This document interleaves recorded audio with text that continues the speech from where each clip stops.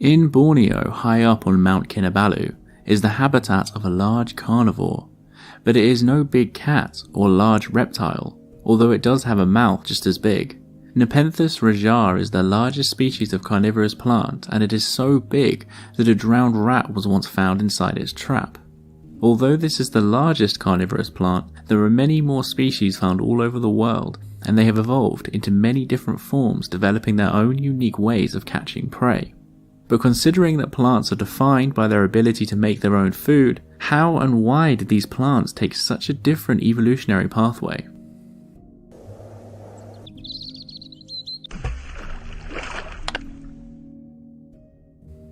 There are many different types of carnivorous plant that have very different methods of trapping their prey, and many of them are not even related, as carnivory in plants has evolved separately on different occasions. Even just pitcher plants are actually made up of multiple families of plants that have evolved their liquid-filled traps multiple times. Cephalotus follicularis is a pitcher plant found in Australia, and is more closely related to the starfruit than it is to any of the pitcher plants found in Southeast Asia. Among all of the plants that have different methods of catching their prey, the evolutionary process of developing their traps may have been different, but the reasons behind why they evolved the traps are the same. Although they are called carnivorous plants, this isn't exactly correct, because they aren't getting any energy from the insects they eat, or doing this instead of photosynthesizing, and they can still photosynthesize just like any other plant. They actually digest animals for nutrients. Carnivorous plants are found growing in water-clogged, mossy or very acidic soil that is low in nutrients, and have become carnivorous to supplement their poor diets. Growing in these nutrient desert environments comes with benefits, as it is hard for other plants to grow in these areas, and so the carnivorous plants have low competition and won't get overgrown. And over time, this has forced them to get their nutrients from other sources, so they can survive and then reap the benefits. Unfortunately, these wet, boggy environments that forced carnivorous plants to evolve in the way that they did is also incredibly poor for preserving fossils, and so the fossil record is not very good. Having said this, there is a lot that can be deduced from DNA studies and the structure of modern carnivorous plants. All known carnivorous plants are angiosperms, which are plants that have flowers that are known to have evolved about 135 million years ago, so it is known that none of the currently living species can be any older than this. Plus, it is known that nearly all of the traps on carnivorous plants were originally regular leaves that have been heavily modified to catch animals. All plants are able to absorb nutrients through their leaves, known as foliar feeding, and carnivorous plants just build on this basic function. It is thought that pitcher traps formed from a hairy leaf, as just a standard hairy leaf is able to hold a small amount of water that small insects can sometimes drown inside of. As the insect rots away and breaks apart, the plant would be able to absorb the nutrients using foliar feeding. Provided this plant was in soil that had a low level of nutrients, selective pressures would favour plants that had more concave leaves that were better at holding water in them, until eventually the plant had some leaves that had completely rolled up into a cup. Once the plant has developed the insect killing and catching trap, and once nutrient-starved plants began to benefit from having the trap, certain adaptations that make the prey trapping more successful would be selected for, like a lure to increase the chances of the insect stumbling into the trap, and digestive enzymes to speed up the process of gathering the nutrients from the plant's victims.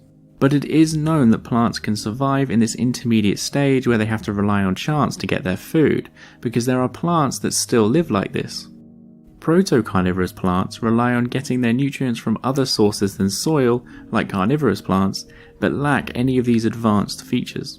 One of the best examples of proto-carnivorous plants are the bromeliads, which is the family that contains pineapples. Many species in this family capture water in their crown of leaves that sometimes have whole ecosystems of animals living inside them, like frogs and insects. The animals that live in bromeliads bring nutrients to the plants in their droppings and when they die. But there are at least 2 species of this group that are carnivorous and will break down any prey that falls inside of them. And it is known that they descended from the other members of the family, showing they would have gone through a proto-carnivorous stage before becoming completely carnivorous. And it is likely that most carnivorous plants would have gone through a stage like this before becoming truly carnivorous.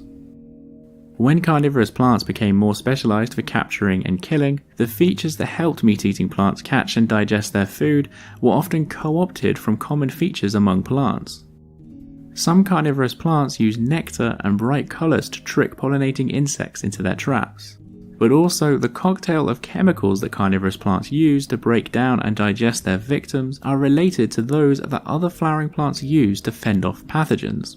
For instance, many species of plants use an enzyme that breaks down chitin. This substance is found within the cell walls of fungus, and so they use this in defense against fungal infections. But Australian pitchers and other carnivorous plants have repurposed this enzyme to digest insect exoskeletons, which are also made of chitin. Another type of carnivorous plant that uses simple traps are the flypaper traps that use sticky leaves to catch their prey. These plants also would have had a very similar evolutionary process as pitcher plants, just instead of their leaves becoming more curved, they got stickier and stickier the more each generation of plant benefited from the nutrients they were getting from the dead insects on their leaves. There are some members of this group that just have a pretty regular looking leaf that has a sticky surface for catching insects, while others are quite different from other plants, like sundews that are covered in sticky hairs. Surprisingly, DNA studies show that one of the most complicated and most famous carnivorous plant traps, the snap traps, actually descended from these simpler sticky leaf trapped plants. Venus flytraps are the most famous snap trap, but there is another aquatic plant that catches its prey like this found in Europe known as the water wheel. Venus flytraps are so highly modified it is a lot more difficult to see how they came from a regular non-carnivorous plant, but actually the trap of a Venus flytrap is analogous to the leaf of any other plant, where the hinge of the trap is the vein of the leaf and the sides have folded up to create the shutters.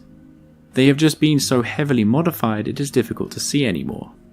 Flypaper carnivorous plants will also fold up when they have trapped their prey to stop them from escaping. They are just really slow, and it is known that this was the beginning process behind the evolution of the highly specialized snap traps.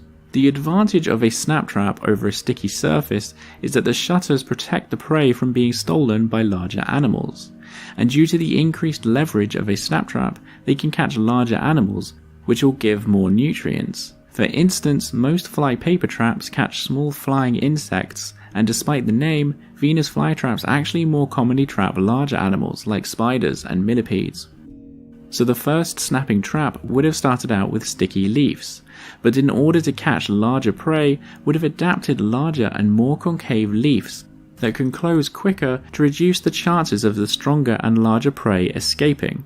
As the snapping mechanism becomes faster and stronger, the stickiness of the leaf would be less relevant in the capture of its prey, and so would reduce more with each generation of plant until the leaf is only trapping by snapping, and the glue is not used anymore. This shows how a more advanced trap can come from a simpler one, but the most complicated trapping mechanisms out of all the carnivorous plants are deployed by the Utricularia, better known as the bladderworts. These plants are found all around the world and in many different habitats, but are often aquatic. Their small flowers are often quite eye-catching, but their bottom half, hidden under the water or the soil, possesses one of the most deadly and complicated traps of any carnivorous plant. They have bladder-like traps that suck up their prey in order to be digested, and some species can catch animals as large as tadpoles. The mechanism behind this trap is so complicated, it was puzzling to think how a structure like this could have evolved. But there is one member of this group of plants that may hold the answer. Utricularia multifida, found in Australia, is a Utricularia that has traps similar to any other member of the group, only their traps don't suck, and instead it works more like a lobster trap, where the prey will be funneled further and further into the trap, but can't get out once it's in. And it is thought that these types of traps were ancestral to the highly complex bladder traps that would have come later.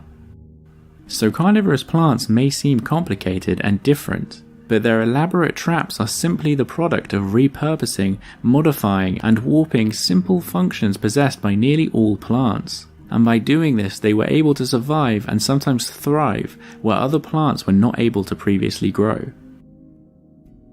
Thank you for watching. A massive thank you goes to all my patrons for supporting the channel. If you enjoy content like this, then consider supporting the channel as well.